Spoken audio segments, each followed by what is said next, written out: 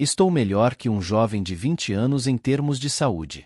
Eu acho que muito disso se deve à minha nova dieta que adotei, pois consigo ver as coisas melhorando cada vez mais ao longo do tempo. Conheça o Dr. David Sinclair, professor de genética na Faculdade de Medicina de Harvard. Esta é uma imagem do Dr. Sinclair em 2013, e está ele agora. Ele tinha 44 anos na época e agora tem 54, mas para mim ele parece mais jovem ao longo dos anos. O professor mudou a forma como se alimenta e mudou seu estilo de vida cientificamente. Ele diz que seu corpo está mais jovem. Eu analisei meu sangue por meio de exames químicos, e na verdade, estou agora mais jovem e mais saudável do que nunca em termos de testosterona, glicose, inflamação e composição das células sanguíneas. Na maioria desses marcadores, estou melhor que um jovem de 20 anos em termos de saúde.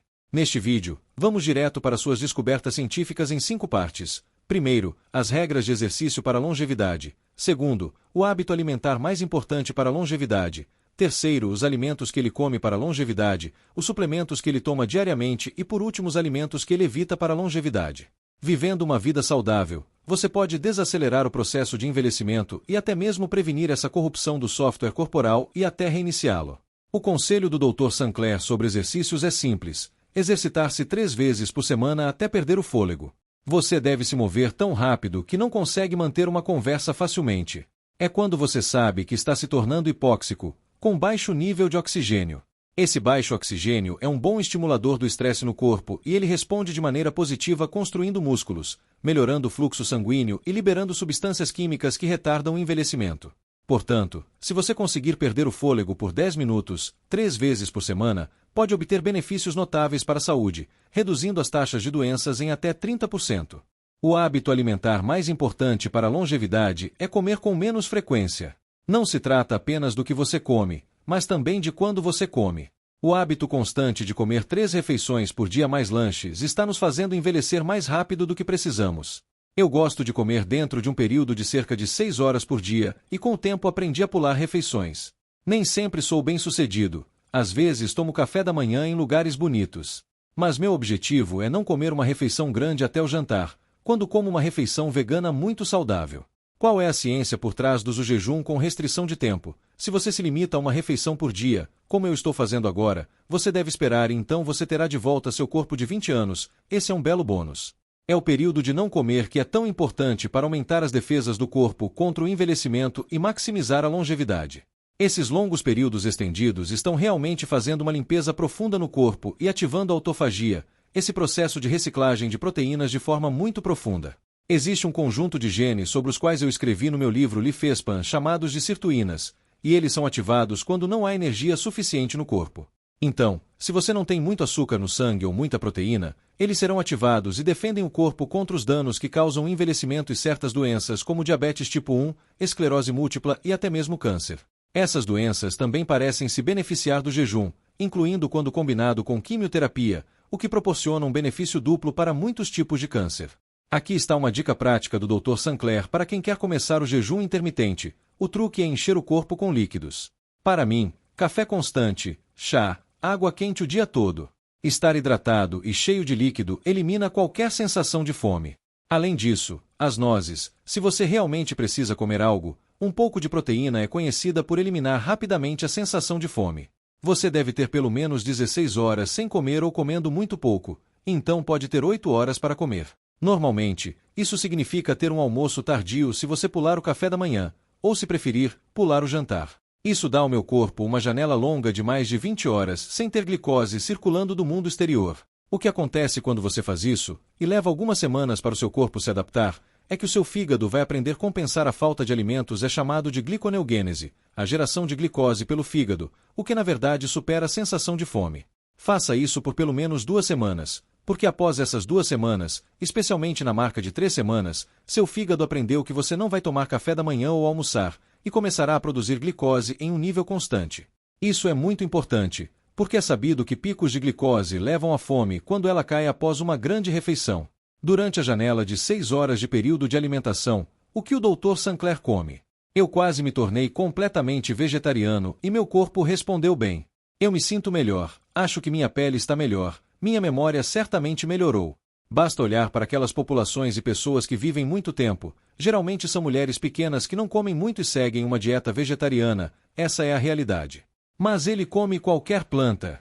Não, ele se concentra no que chama de plantas estressadas.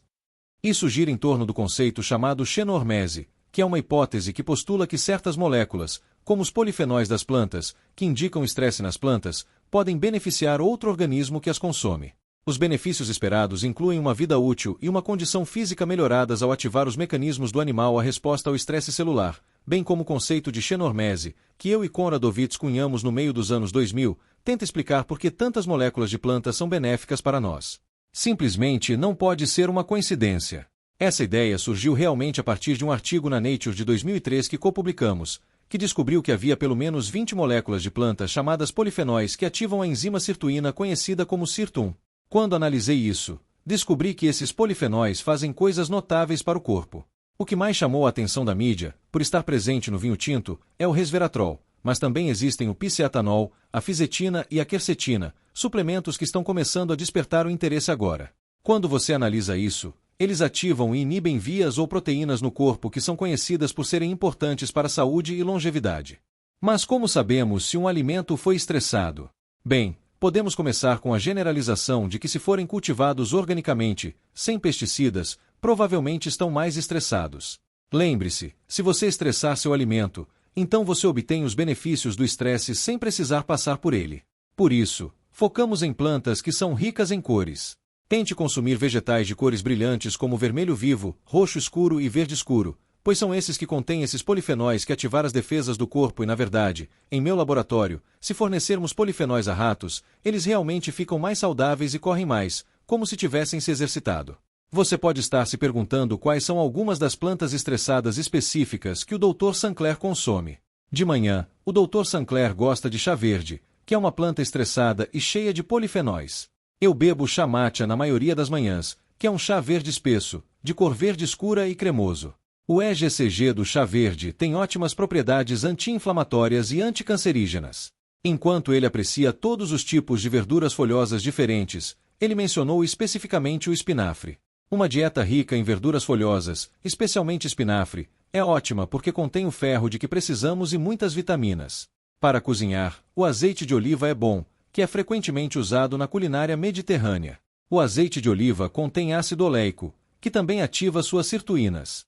A dieta mediterrânea é aquela que eu acho que é mais provável de ser a mais fácil de seguir no mundo ocidental e que proporciona o maior benefício para aqueles que acham difícil tentar uma dieta completamente vegetariana. Dr. Sankler menciona que a dieta mediterrânea ou a dieta de Okinawa são boas alternativas, que ele praticou por décadas antes de adotar uma dieta exclusivamente baseada em plantas. Sim, eu era. É principalmente carboidrato, então há uma boa quantidade de arroz, mas provavelmente poderia ter sido melhor com um pouco de arroz integral. Arroz branco e seu nível de glicose vai lá para cima, certo?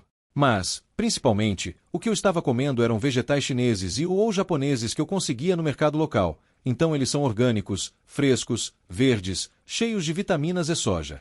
Principalmente era isso. Era uma dieta baseada em plantas e soja com um pouco de peixe. Existem 3 suplementos que o Dr. Sankler é frequentemente citado como tomando. Antes de analisarmos isso em detalhes, por favor, observe que o Dr. Sankler não recomenda nenhum e ele não endossa nenhuma marca. Ele não vende nenhum suplemento. Falando em errado, temos uma nova teoria do envelhecimento. Nós costumávamos pensar que antioxidantes eram a cura para o envelhecimento. Os antioxidantes foram realmente mal sucedidos em prolongar a vida de qualquer coisa, até mesmo um verme. Não funciona tão bem. Uma das 3 coisas que você quer tomar consistentemente, eu tomaria resveratrol. Eu tomo 1 grama com um pouco de iogurte, depois NR e metformina. Eu não vendo nenhum suplemento. A propósito. Entendi, não estou ganhando dinheiro. Bem, eu não recomendo nada. Eu não sou apenas um PhD. O único químico que eu tomo todos os dias é o resveratrol, que é o químico do vinho tinto e vem das uvas. Então esse é misturado em um pouco de iogurte pela manhã. NR é uma versão da vitamina B3 que faz química no corpo que precisamos para a vida, e isso é chamado de NAD. À medida que envelhecemos, produzimos cada vez menos NAD e, sem NAD, essas sirtuínas que descobrimos que desaceleram o envelhecimento não funcionam. Lembre-se, os genes que descobrimos não funcionam sem uma quantidade suficiente de NAD. Então, à medida que envelhecemos, nossas defesas diminuem. Tomando este suplemento, sabemos que ele dobra os níveis de NAD de volta ao que era quando eu tinha 20 anos. Agora há ensaios clínicos que meus colegas de Harvard fizeram que dizem que o NMN tem alguns benefícios para a saúde em estudos iniciais, como reduzir o colesterol e a pressão arterial. Então, eu tomo isso todos os dias também. O terceiro é a metformina. A metformina é um pouco mais controversa porque é um medicamento. Ela é classificada como medicamento, mas isso não significa que seja necessariamente perigosa. Na verdade, é um dos medicamentos mais seguros do mundo. É usada para diabetes tipo 2 para controlar o açúcar no sangue. O que foi descoberto é que as pessoas que tomam metformina tendem a viver muito mais tempo, mesmo aquelas que não têm diabetes tipo 2. Há evidências de que elas estão protegidas contra doenças cardiovasculares, fragilidade e até mesmo a doença de Alzheimer. Agora, vamos falar sobre o que o Dr. Sankler eliminou de sua dieta para a longevidade. Primeiro é o açúcar. O grande vilão é o açúcar, a glicose, em particular a frutose, que também é perniciosa.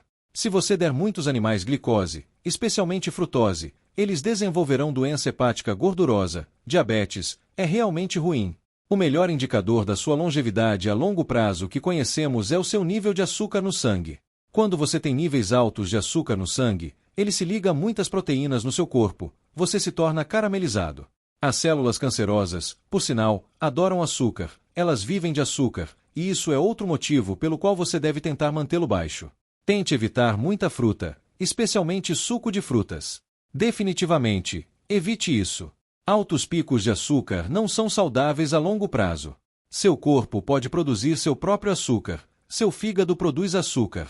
Você só precisa esperar 2 semanas para ele se acostumar. Nosso fígado é bastante preguiçoso, mas depois de 2 semanas, ele aprende: de manhã eu preciso fazer um pouco de açúcar.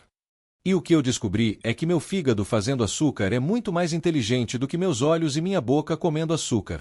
Há até uma ordem na qual você pode comer suas refeições para reduzir o pico de açúcar no sangue. Você pode deixar o açúcar para o final da refeição. Você pode desistir de algo, mas não precisa ser draconiano a respeito.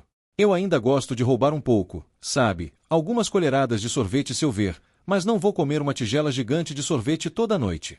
Agora entendemos por que reduzir o açúcar é importante, mas se precisarmos, podemos optar por alternativas mais saudáveis. Existem substitutos. Por exemplo, o monk fruit produz açúcar, e o stevia é um grande para mim. Sob a categoria de açúcar, o pão é um dos alimentos que ele cortou das suas refeições. A primeira coisa que cortei foi muitos carboidratos. Eu costumava comer pão todos os dias. Se eu comia algo, seria com torrada. Ok, essa era minha vida. Cortei isso e encontrei melhorias imediatas nos meus níveis bioquímicos, especialmente nos níveis de glicose. Se você comer uma fatia de torrada no café da manhã ou, Deus me livre, um copo gigante de suco de laranja, você terá esse pico de açúcar e se sentirá ótimo. Mas então seu corpo liberará muita insulina e sugará essa glicose da sua corrente sanguínea, colocando você em um déficit de glicose. Isso é hipoglicemia, e então você sente fome, seu corpo libera grelina e você sente fome e precisa comer algo. Estou em um estado agora em que não tenho esses picos e quedas.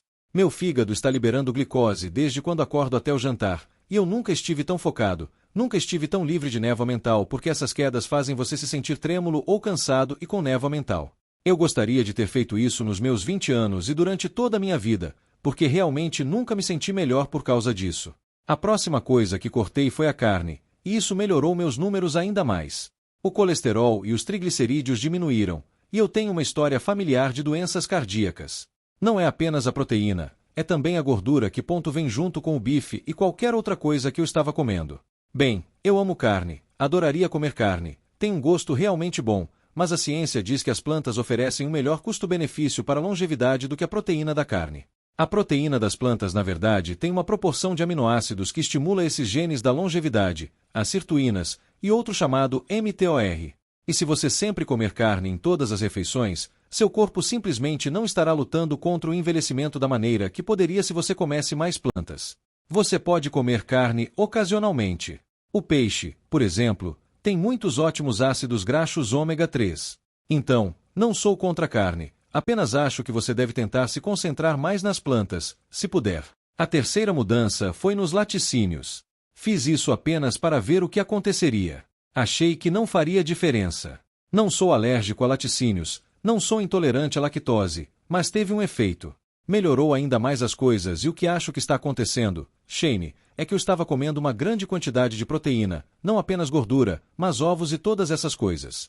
E agora que tenho menos proteína, acho que a via mTOR, que é realmente importante para a longevidade em animais e provavelmente em pessoas, está realmente funcionando de uma maneira que nunca havia funcionado antes. A nova pesquisa, dos últimos 2 anos, diz que beber álcool todos os dias não é realmente bom para você, então cortei o álcool e me concentrei nas plantas. Mas se você não consegue abrir mão do seu vinho, aqui está um último conselho do Dr. Sancler. No caso do vinho tinto, escolha variedades de uvas que são sensíveis ao estresse. Pinot Noir é uma das variedades mais sensíveis, se não a mais sensível, e é por isso que tem a maior quantidade de resveratrol de qualquer